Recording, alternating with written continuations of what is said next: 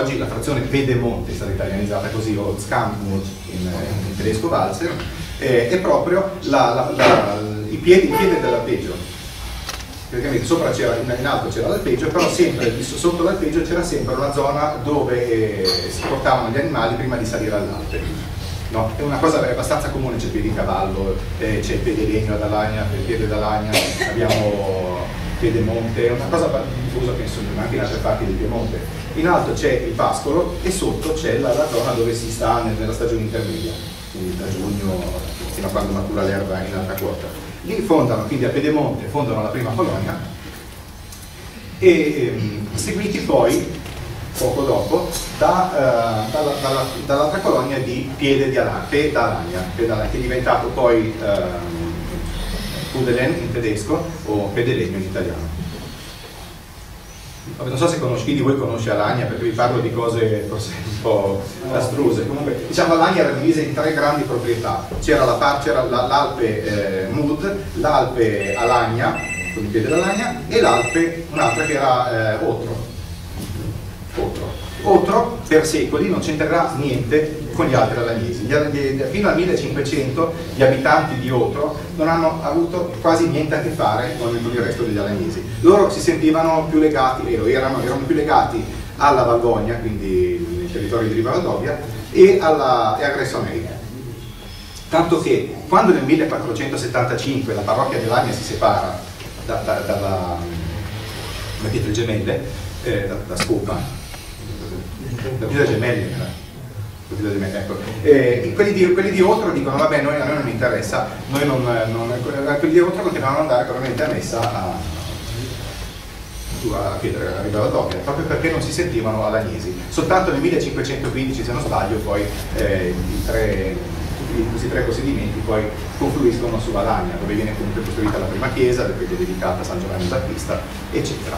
Quindi i Walser vivono in Valsesia dal 1300, vivono lì ancora oggi, e la loro lingua, grazie a Dio, si è conservata con fortune alterne nei secoli, comunque è arrivata fino ad oggi.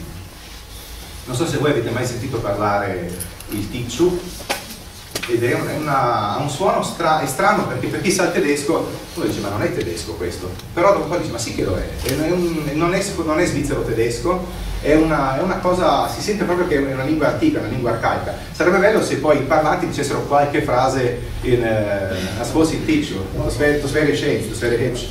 No, Darno, ja, bravo. Und der Remmerlehrer auch. Nicht nur Leiter. Sembra tedesco, sì.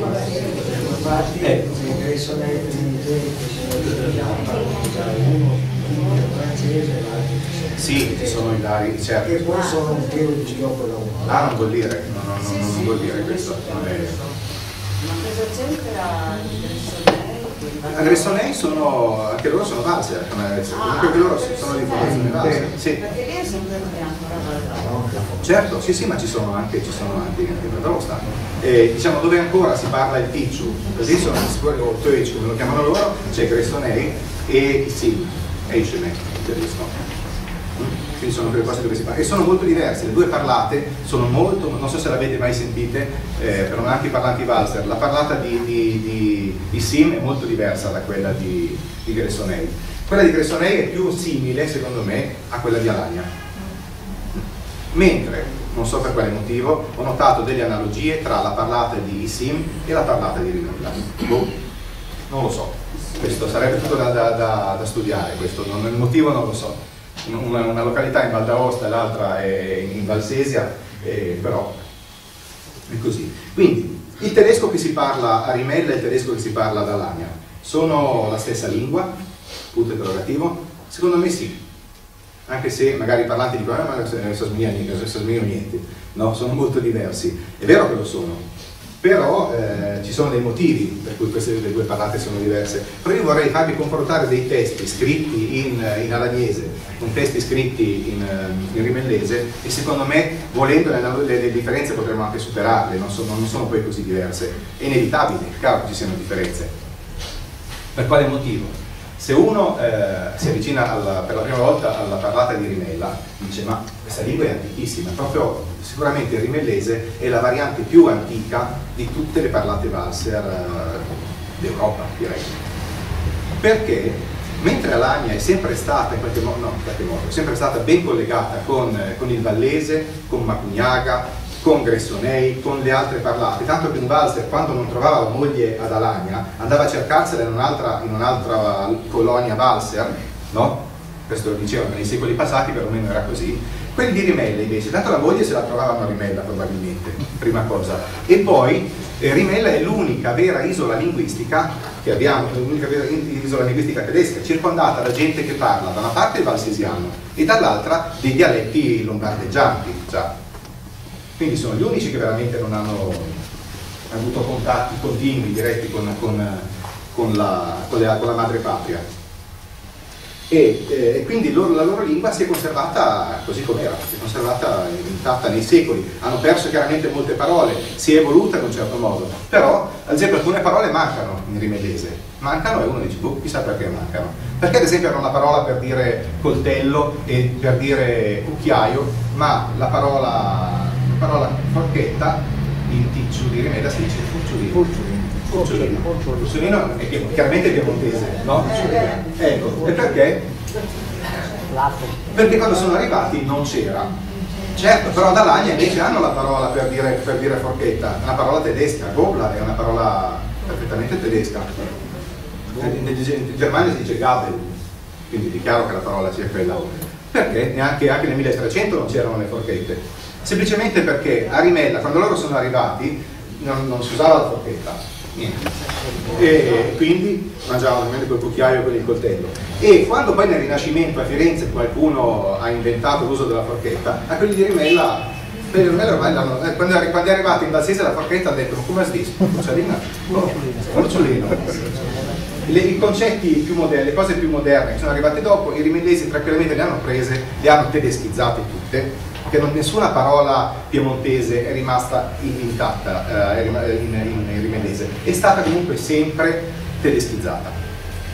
Non troviamo parole prettamente piemontesi, non ne dicono furcialina, dicono furciulino, con questa U finale che già la tedeschizza, già capisci che diventa già, in qualche modo diventa rimellese, ecco. Quindi per loro furciulino è una parola tedesca. Invece la parola italiana, la parola valsesiana è furcialina, basta. Visto che loro parlano tranquillamente, le tre parlate parlano sia ticciu che valsesiano che italiano, distinguono le tre, quindi forchetta, furcialina, furciulino, tre parole, tre lingue.